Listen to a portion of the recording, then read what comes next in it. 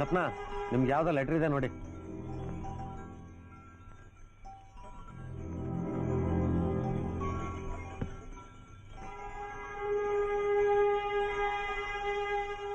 ನೋಡಿ ಸರ್, ಇವತ್ತು ಅವಳಿಗೆ ಹರಿಯಿಂದ ಒಂದು ಲೆಟರ್ ಬೇರೆ ಬಂತು. ಏನೋ ಒಳ ವ್ಯವಹಾರ ನಡೀತಾ ಇದೆ ಸರ್. 100% ಸರ್. ನಿನ್ನೆ ನಾನೇ ಕರೆದು ಮಾತಾಡ್ತಿದ್ದೀನಿ, ಆದ್ರೂ ಲೆಟರ್ ಬಂದಿದೆ ಅಂತಂದ್ರೆ ಅನುಮಾನ ಬರುತ್ತಲ್ವಾ? ಇನ್ನೇನು ಸರ್, ಆದ್ರೆ ಆಧಾರ ಇಲ್ಲದೆ ನಾವೇನು ಮಾಡೋಕ್ಕಾಗಲ್ಲ. ಈಶ್ವರ್, ನೀವೊಂದು ಕೆಲಸ ಮಾಡ್ತೀರಾ? ಅವ್ರ ಊಟಕ್ಕೆ ಹೋದಾಗ ಆ ಲೆಟರ್ ಏನಿದೆ ಅಂತ ತೆಗೆದು ನೋಡೋಕ್ಕಾಗತ್ತಾ? ಅದ್ರಲ್ಲಿ ಅನುಮಾನ ಬರುವಂಥದ್ದು ಏನಾದ್ರು ಇದ್ರೆ ನನ್ನ ಹತ್ರ ತಗೊಂಬನ್ನಿ. ನೋಡಿ, ನಮ್ಗೆ ಇಷ್ಟ ಇಲ್ಲದೆ ಇದ್ರೂ ಸಂಸ್ಥೆಗೋಸ್ಕರ ಇವೆಲ್ಲ ಮಾಡಲೇಬೇಕಾಗತ್ತೆ. ಹೌದು ಸರ್.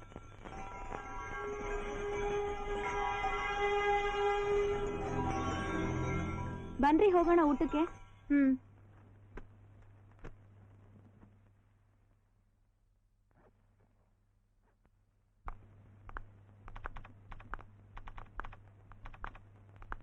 ಊಟಕ್ಕೆ ಬರ್ತೀರೇನ್ರಿ ಈಶ್ವರ್? ಹಾ, ಇಲ್ಲ, ನಾನು ಆಮೇಲೆ ಮಾಡ್ತೀನಿ.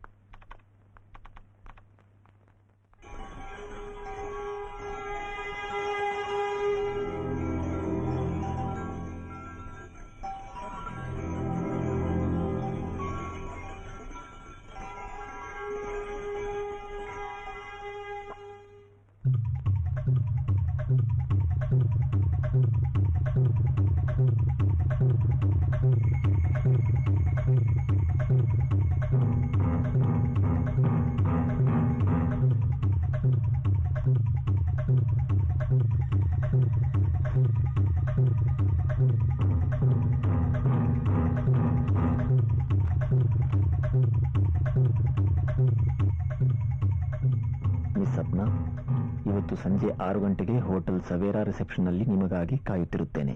ಹರಿ. ಅನುಮಾನನೇ ಇಲ್ಲ ಸರ್, ಪಿತೂರಿನೇ ಇದು.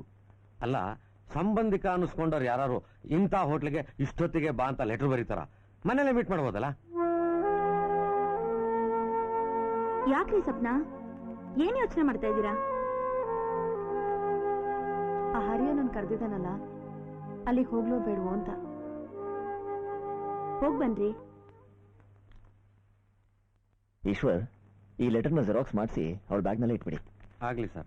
ಹಾಗೆ ರೆಕಾರ್ಡ್ಸ್ ರೂಮಿಂದ ಆತ್ಮ ಡಿಸ್ಟ್ರಿಬ್ಯೂಟರ್ಸ್ ಫೈಲ್ ತರಿಸಿ ನನ್ನ ಕೈಗೆ ಕೊಡಿ. ಇಂಥ ಸಂದರ್ಭದಲ್ಲಿ ಅದು ನನ್ನ ಕಣ್ಮುಂದೆ ಇರೋದೇ ಒಳ್ಳೇದು. ಹೌದು ಸರ್. ಅವಳನ್ನೇನು ಕೇಳಕ್ ಹೋಗ್ಬೇಡಿ, ವಿಷಯ ಗೊತ್ತಾಗಿರ್ಲಿ. ಖಂಡಿತ ಸರ್. ಓಕೆ, ನೀವು ಹೊರಡಿ. ಆಗ್ಲಿ ಸರ್. ಈಶ್ವರ್, ನೀವು ಸಂಸ್ಥೆಗೆ ಬಹಳ ದೊಡ್ಡ ಸಹಾಯ ಮಾಡ್ತಾ ಇದ್ದೀರಿ. ಮುಂದೆ ಪ್ರಮೋಷನ್ಸ್ ಬಂದಾಗ ಆ ಲಿಸ್ಟಲ್ಲಿ ನಿಮ್ಮ ಹೆಸರು ನೀಲಿರುತ್ತೆ. Thank you sir.